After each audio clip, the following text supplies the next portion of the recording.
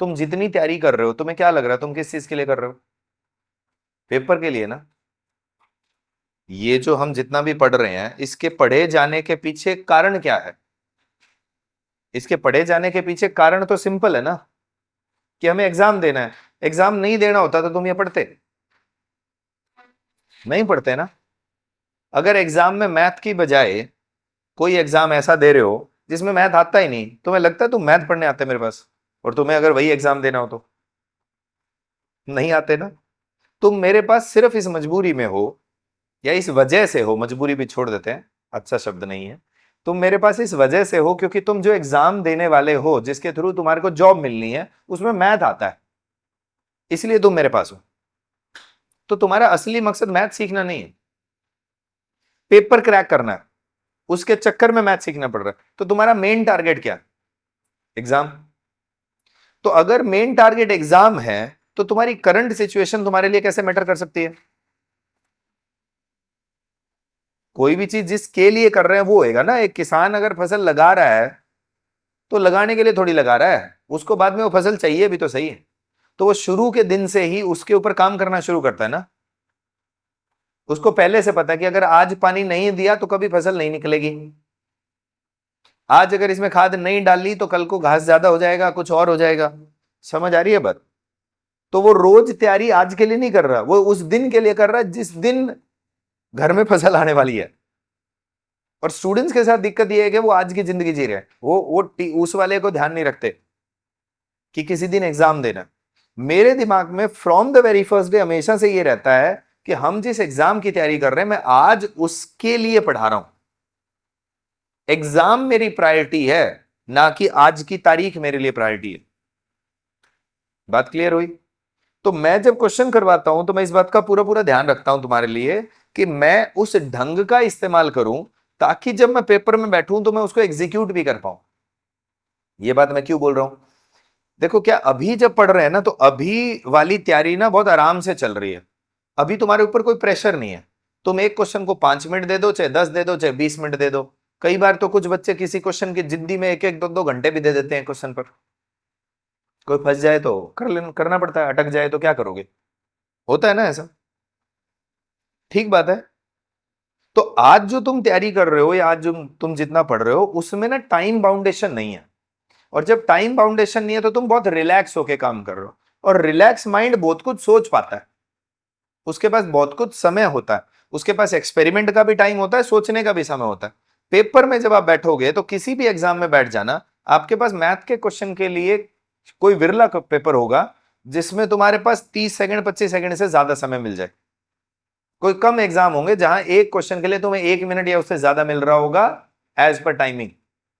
तो तुम्हें हमेशा किसी भी क्वेश्चन को करने के लिए विद इन 30 to 40 सेकेंड उसको रीड भी करना है, सॉल्व भी करना है। और ऐसे वक्त में अगर आपने कुछ ऐसे काम अपने आदत में डाल रखे हैं जो स्पीड के टाइम गलतियां करवा सकते हैं, तो वो आपको पेपर में हमेशा नुकसान देंगे। तो मैं from the very first day उस तरीके के शब्द इस्तेमाल करता हूं, उस तरीके की टेक्निक इस्तेमाल करता हूं, या उस तरीके से मैं तुम्हें परोसना चाहता हूं कोई भी क्वेश्चन, कि जब स्पीड बढ़े तो उसमें गलती की गुंजाइश ना हो।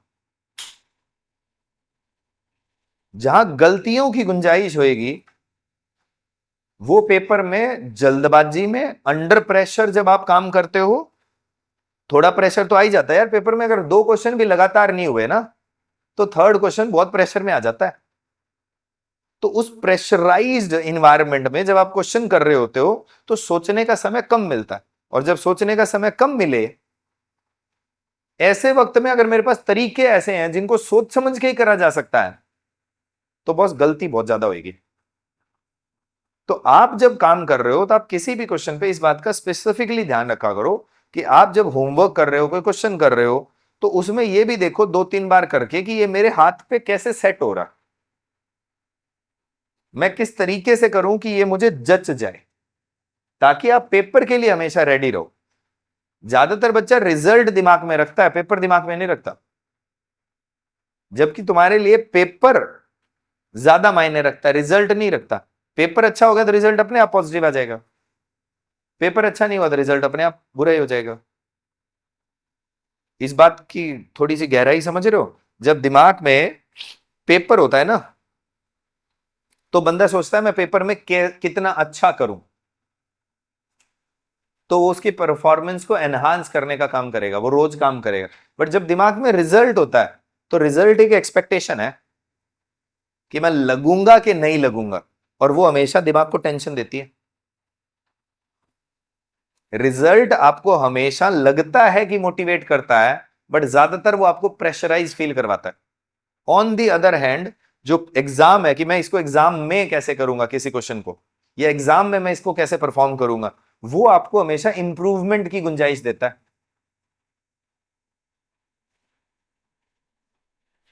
बात जच रही है? बड़े बड़े क्रिकेट मैच हो रहे होते हैं, अच्छे से अच्छे प्लेयर कई बार ऐसे डह जाते हैं जैसे इनको खेलना ही नहीं आता क्या। तो तुम्हें क्या लगता है उस दिन उनकी स्किल खराब हो गई? स्किल विल कहीं नहीं जाती उनकी। उस दिन बाई चांस वो उतना कॉन्फिडेंस बिल्ड नहीं कर पा रहे जितना उनके रूटीन में होता है। कई बार देखोगे कि एक पूरा मैच चल रहा है, उसमें बाकी का कोई सिंगल प्लेयर काम नहीं कर पा रहा, उनके किसी पे भी के भी बैट पे बॉल नहीं आ रही, और एक ऐसे लगा रहा है जैसे कि पिच में कुछ है ही नहीं। कॉन्फिडेंस का खेल है। उनका कॉन्फिडेंस थोड़ा अलग लेवल का होता है, दिन बहुत मैटर करता होता है। तो अच्छी से अच्छी स्किल भी अंडर प्रेशर खराब हो सकती है। तो हम लोग कोशिश कर रहे हैं कि एग्जाम के टाइम जब हम काम करें तो हम इस तरीके की आदतें ना पालें जो हमें अंडर प्रेशर गलतियां करवाए। अच्छा नहीं है हमारे लिए। तुम भी इस बात को हमेशा मेक श्योर करके चलो, जितना होमवर्क कर रहे हो कर लो, कोई बात नहीं, बट किसी क्वेश्चन को करने के बाद ये बात दिमाग में हमेशा रखें कि यार मैं इसको क्वेश्चन को पेपर में कैसे निभाऊंगा। क्या मैं पेपर में इतना ही समय दूंगा? क्या मैं यही तरीका इस्तेमाल करूंगा? जब मुझे जल्दी करना होगा तो क्या मैं इसी ढंग से करूंगा? इससे आपको रोज इंप्रूवमेंट हो जाएगी। और जहां आपका सिलेक्शन 2 साल 3 साल 4 साल पे आप सोचे बैठे हो, वो अगले 3 महीने 4 महीने में आ जाएगा। क्योंकि आपके दिमाग में ये रहता है कि अच्छा मैं इसको और कैसे इंप्रूव करूं। फिर आपके पास घर में होमवर्क करने के लिए भी होगा, आपके पास एक डायरेक्शन होगी। नहीं तो ज्यादातर बच्चा क्या कर रहा है, टॉपिक के बाद टॉपिक के बाद टॉपिक कर रहा है, कुछ नहीं रहा, क्योंकि दिमाग में एग्जाम नहीं है। वो ये भूल जा रहा है, उसको लगता है मैं सिलेबस कर रहा हूं, मेरा मकसद सिलेबस पूरा करना है। मकसद सिलेबस पूरा करना नहीं है, मकसद पेपर पास करना है, जॉब लेना है। सिलेबस तो उसका एक बहाना है। समझ आ रही है बात? तो जितना काम करो उसको ढंग से करो, ये सोच के करो। जब टॉपिक में जल्दबाजी होएगी ना, तुम खुद सोच लो, अगर दिमाग में सेम बात है, कौन से वाली, कि पेपर में मैं इसको कैसे करूंगा, तो तुम किसी भी टॉपिक को भगाने से पहले सोचोगे 4 बार कि भगा तो दूंगा, पेपर में कैसे करूंगा इसको। और तुम अपने आप चुपचाप रुक जाओगे कि भाई इसके 2 4 टाइप और करके देख लूं, इसको रिपीट करके देखूं, इसके 2 क्वेश्चन एक्स्ट्रा तो पूछूं टीचर से कि सर यूं आ गया तो क्या करूंगा, ऐसे हो जाए तो क्या करूंगा। तब तो दिमाग में आए बात, नहीं तो कहां आएगी। नहीं तो एक ही चीज धुन चली रहती है, बस ये टॉपिक पूरा हो जाए, ये सिलेबस पूरा हो जाए, दिमाग में सारा दिन ये रहता है। सिलेबस की जल्दबाजी मत करो, ये सोचो कि जितना कर रहे हो वो कितना अच्छा किया जाए ताकि पेपर पास हो जाए। सही गाइडेंस का यही तो फर्क होता है, माइंड सेट का यही तो डिफरेंस होता है। और माइंड सेट का क्या डिफरेंस है? तैयारी तो दुनिया कर रही है, कौन नहीं कर रहा है तैयारी? सारे तैयारी तो कर रहे हैं, लाइब्रेरी भरी पड़ी है, अड़ोस पड़ोस में जाके देखो। तुम्हारा कोई विरला कजन होगा जो तुमसे उम्र में ज्यादा और उसने कंपटीशन की तैयारी ना करी हो, कोई ग्रेजुएट हो और वो सोचता ना हो इस बारे में। हर बंदा लगा तो पढ़ाई है, बट सारे लग थोड़ी रहे। उसमें से एक बहुत बड़ा फैक्टर है कि आपका माइंड सेट कैसा है। और उस माइंड सेट में ये एक छोटी सी लाइन आपकी बहुत गजब काम कर सकती है कि जो मैं कर रहा हूं, अगर वैसा कुछ पेपर में आ गया, वैसा कोई टॉपिक, वैसा कोई क्वेश्चन, मैं इसको कैसे निभाऊंगा। ये छोटी सी लाइन आपको बहुत गजब तरीके से इंप्रूव कर देगी। तो हर क्वेश्चन को करने के बाद ये सोच लो कि अगर ये पेपर में आ गया तो मैं इसका क्या करूंगा, अगर ये पेपर में थोड़ा ऐसा आया तो मैं क्या करूंगा। इससे ऑटोमेटिकली इंप्रूवमेंट हो जाएगी। बात छोटी है लेकिन काम की है, यूज करनी है, ध्यान रखना।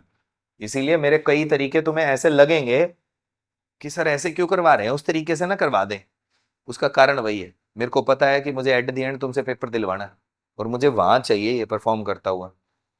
यहाँ तुम्हें एक बार में लगेगा कि थोड़ा अजीब है, बट थोड़े टाइम में सेट हो जाता। डन।